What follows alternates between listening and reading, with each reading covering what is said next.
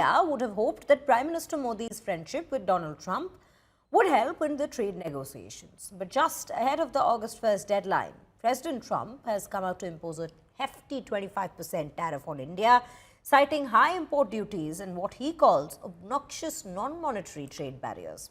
He's also announced an additional penalty, blaming India for buying weapons and oil from Russia, even as the world wants the war in Ukraine to end. The White House economic advisor has said that Trump was frustrated with how trade talks with India were progressing and believes that the tariff announcement will help the situation. India so far has struck a measured tone, saying the government is studying the implications and remains committed to achieving a fair and mutually beneficial trade agreement. These are the details of the very tariffs that have in fact been declared and announced only yesterday. Let's listen into some reactions to get an in-depth analysis of what exactly has gone down. Right. Well, I think that what's going to happen is that India is going to cut their prices to the U.S. In order to maintain their market share. That's what everybody else has been doing. And then they might reconsider their practices, which have led to this higher rate.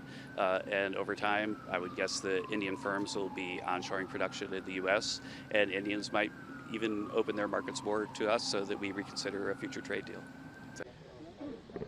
Trump साहब ने tariff weapon बनाया हुआ है और ये tariff weapon वो पूरे तरीके से पूरे विश्व में हर देश को धमका रहे हैं, धौंस दे रहे हैं और उनके साथ उनको लाइन में आ जाते हैं तो उनके साथ समझौता कर रहे हैं।